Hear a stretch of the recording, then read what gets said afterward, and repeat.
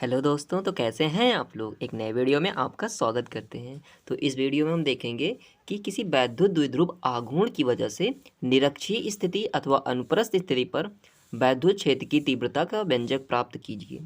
चलिए इसको शुरू करते हैं। तो इस तरीके से आपको एक वैद्युत द्विध्रुव की आवश्यकता होगी। मान लेते हैं वैद्युत द्विध्रुव ए बी है, जो कि दो विपरीत आवेश माइनस क्यू तथा प्लस क्यू से मिलकर बना हुआ है, जिनके बीच की अल्पतम दूरी 2L है। पूरी दूरी 2L है, इसलिए बीच से आधी दूरी स्मॉल l और इधर से बीच की आधी दूरी स्मॉल l। इतने में कोई दिक्कत नहीं होगी। इसकी जो अक्षीय स्थिति होती है वो इस प्रकार होती है, इधर आगे बढ़ाइए अथवा इधर आगे बढ़ाइए। लेकिन हमें बात आज करनी है निरक्षीय स्थिति की। तो इस वैद्युत द्विध्रुव आघूर्ण के लंबवत जो भी अक्ष होगा, चाहे ऊपर की तरफ चाहे नीचे की तरफ, उसे हम कहते हैं निरक्षीय स्थिति। तो इसकी निरक्षीय स्थिति इस प्रकार है। तो इसकी निरक्षीय स्थिति पर हमें वैद्युत क्षेत्र की तीव्रता ज्ञात करनी है। तो कोई एक पॉइंट हमें यहाँ से लेकर के किसी पर जगह एक पॉइंट लेना था, वो हमने पॉइंट यहाँ सेलेक्ट किया था बिंदु P पर। ये बिंदु P हमारे द्विध्रुव आघूर्ण से स्मॉल r दूरी पर स्थित है। यहाँ तक तो समझ गए होंगे ना। ये A B एक द्विध्रुव था, O इसका मध्य बिंदु है। यहाँ से स्मॉल r दूरी पर एक पॉइंट P ले लिया। इस पॉइंट P पर धन परीक्षण आवेश रखा है, क्योंकि वैद्युत द्विध्रुव है तो इसकी वजह से इसका कुछ क्षेत्र होगा, उसमें हम यहाँ पर धन परीक्षण आवेश ला रहे हैं, तो तीव्रता यहीं पर तो निकलेगी ना। तो इस पर तीव्रता निकालनी है। देखिए ये डिस्टेंस आपने कैसे निकाल ली है, बहुत ईजी है, पाइथागोरस प्रमेय लगा है। ये अगर हमको इसे मान ली ये थीटा है, जैसे यहाँ पर मान लीजिए ये थीटा है। उसके बाद देखिए अगर हम पाइथागोरस प्रमेय लगाते हैं, क्या होता है, कर्ण का स्क्वायर बराबर लंब का स्क्वायर धन आधार का स्क्वायर। लंब कितना है इसमें, लंब हमको r दिख रहा है, लंब का स्क्वायर मतलब r स्क्वायर। ए आधार कितना है, आधार यहाँ से यहाँ तक इस वाले त्रिभुज की बात कर रहे हैं, आधार में स्मॉल l है। तो लंब का स्क्वायर मतलब r का स्क्वायर, आधार का स्क्वायर मतलब l का स्क्वायर। तो आर स्क्वायर प्लस में एल स्क्वायर, ये अंडर रूट कहाँ से आया, ये स्क्वायर जब इधर जाएगा तो ये अंडर रूट का काम करने लगेगा। तो k बराबर अंडर रूट के अंदर आर स्क्वायर प्लस में एल स्क्वायर। तो ये डिस्टेंस जितनी थी वही सेम डिस्टेंस ये वाली भी है, इसलिए दोनों आपस में बराबर हैं। तो यहाँ तक तो काम समझ में आ गया। अब ये एक तीव्रता ऊपर कहाँ भाग रही है, एक तीव्रता नीचे कहाँ भाग रही है, ये समझा दीजिए। देखिए जैसा कि हम जानते हैं कि यहाँ पर हमने प्लस में धन परीक्षण आवेश रखा है और यहाँ पर भी प्लस है, तो प्लस प्लस हुआ क्या, रिपल्सन। रिपल्सन माने कि प्रतिकर्षण, भगा रहा है ना, इसलिए भगा दिया E1 को। देखिए देखिए दो आवेश में जो बल की दिशा लगती है ना, वही वैद्युत क्षेत्र की दिशा होती है, इसलिए बल की दिशा बाहर की ओर, तो E1 भी बाहर की ओर हो गया। इस प्लस वाले की तरफ से हमने माना कि जो वैद्युत क्षेत्र की तीव्रता है वो E1 है, माइनस वाले की वजह से माना कि वैद्युत क्षेत्र की तीव्रता जो है वो E2 है। यहाँ माइनस आवेश है, यहाँ पर प्लस आवेश है, तो दोनों एक दूसरे को खींच लिया ना, अट्रैक्ट किया, इसलिए अंदर की तरफ E2 हो गया। अब यहाँ पर झगड़ा करते हैं ये दोनों E1 और E2 कि इस बिंदु पर जो परिणामी तीव्रता है वो तुम्हारी वजह से है कि हमारी वजह से है। तो जब दो लोग झगड़ा करते हैं तो ये आ जाता समझाने के लिए ई कहता है रुको रुको, झगड़ा मत करो। देखो तुम्हारे पास दो घटक होता है, एक क्षैतिज घटक होता है, एक लंबवत घटक होता है। और E2 से भी कहता है तुम्हारे पास भी एक क्षैतिज है, एक लंबवत है। तो इस वाले को यहाँ देखिए इस फिगर में, तो E1 के पास दो घटक होते हैं, एक क्षैतिज एक लंबवत। इसी तरीके से E2 वाले के पास भी दो घटक होते हैं, ये इसका जो है लंबवत घटक हो जाता है और ये इसका जो होता है वो क्षैतिज घटक हो जाता है।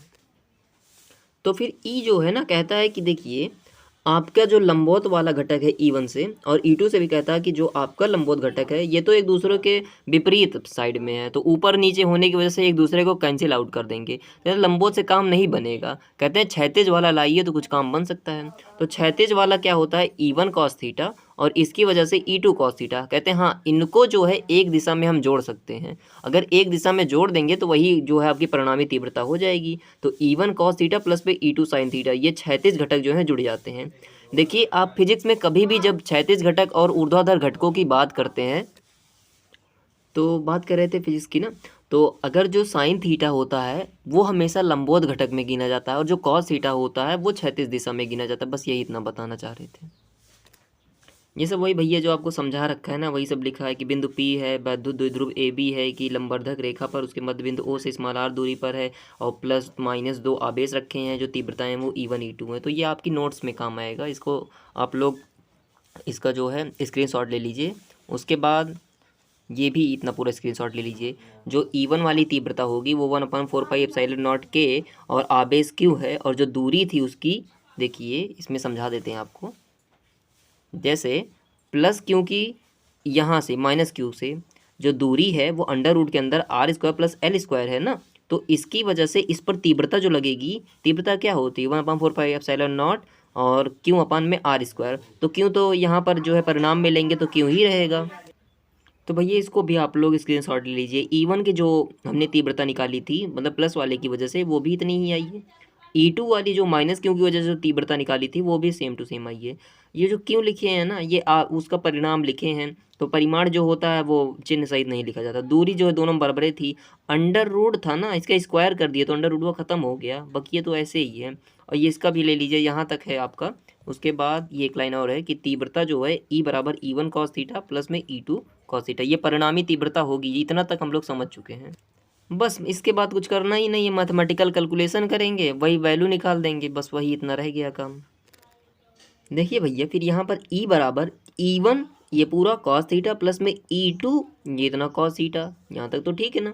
उसके बाद देखिए ये पूरी वैल्यू है, इसी के बराबर है। देखिए क्यों जैसा है, क्यों भी है, r² l² यहाँ भी है, cos थीटा भी है। ये पूरा दोनों जोड़ने के बाद जो है 2 हो जाएगा, तो 1/4πε0 के Q/r² प्लस में l² cos थीटा, और ये 2 जो आ गया यहाँ पर लिख देते हैं।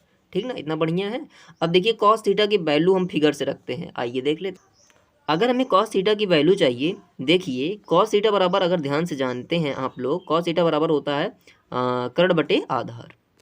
तो ये देखिए आधार बटे कर्ण होता है ये ना, तो आधार की वैल्यू यहाँ पर L है, और कर्णवा की वैल्यू कितनी, अंडर रूट के अंदर r² प्लस में l²। तो इसकी वैल्यू कितनी निकल जाएगी जानते हैं ना, आधार L रखिएगा, और ये जो कर्ण है, कर्ण अंडर रूट के अंदर r² प्लस में l²। चलिए cos थीटा की वैल्यू आ गई, रख देते हैं। ये देखिए ना 2 cos थीटा था, 2 को हम 2 पर ही रखते हैं, cos थीटा की जगह यल अपान में अंडर रूट में r² प्लस l² रखते हैं। इतना तक ठीक ना। देखिए जो ये अंडर रूट होता है ना, इसका मतलब होता है पूरे की घाते 1/2 है, पूरे की घाते 1/2 है, यहाँ पर पूरे की घात 1 है। ठीक ना। अब 1/2 धन 1 कितना होता है, 3/2 होता है। उसी चीज़ को यहाँ लिखा गया है कि ये देखिए 2 है, क्यों है, L है, तो 2 क्यों L, r² प्लस में l² प्लस में l² पूरे घाते 3/2 कैसे आया, इन दोनों घातियाँ जुड़ गई। आधार समान होते हैं तो घाते आपस में जुड़ जाती भैया। 2QL बराबर जो होता है स्मॉल p के बराबर होता है, वैद्युत द्विध्रुव आघूर्णवा। ये देखिए इसकी जगह पर स्मॉल p रख सकते हैं। अब इसको आगे जब फर्दर सॉल्व करते हैं हम लोग, तो देखिए क्या मिलता है हमको, 1/4πε0 के ये जो है हमारा स्मॉल p हो जाएगा, वैद्युत द्विध्रुव आघूर्ण। 2QL की जगह रख दिया, नीचे वाला बिना चेंज ही करा दिया। देखिए R जो होता है ना वो L से काफ़ी बड़ा होता है, बहुत बड़ा होता है। R वो डिस्टेंसिया नहीं थी, बहुत बड़ी थी, जहाँ बिंदु P लिए थे।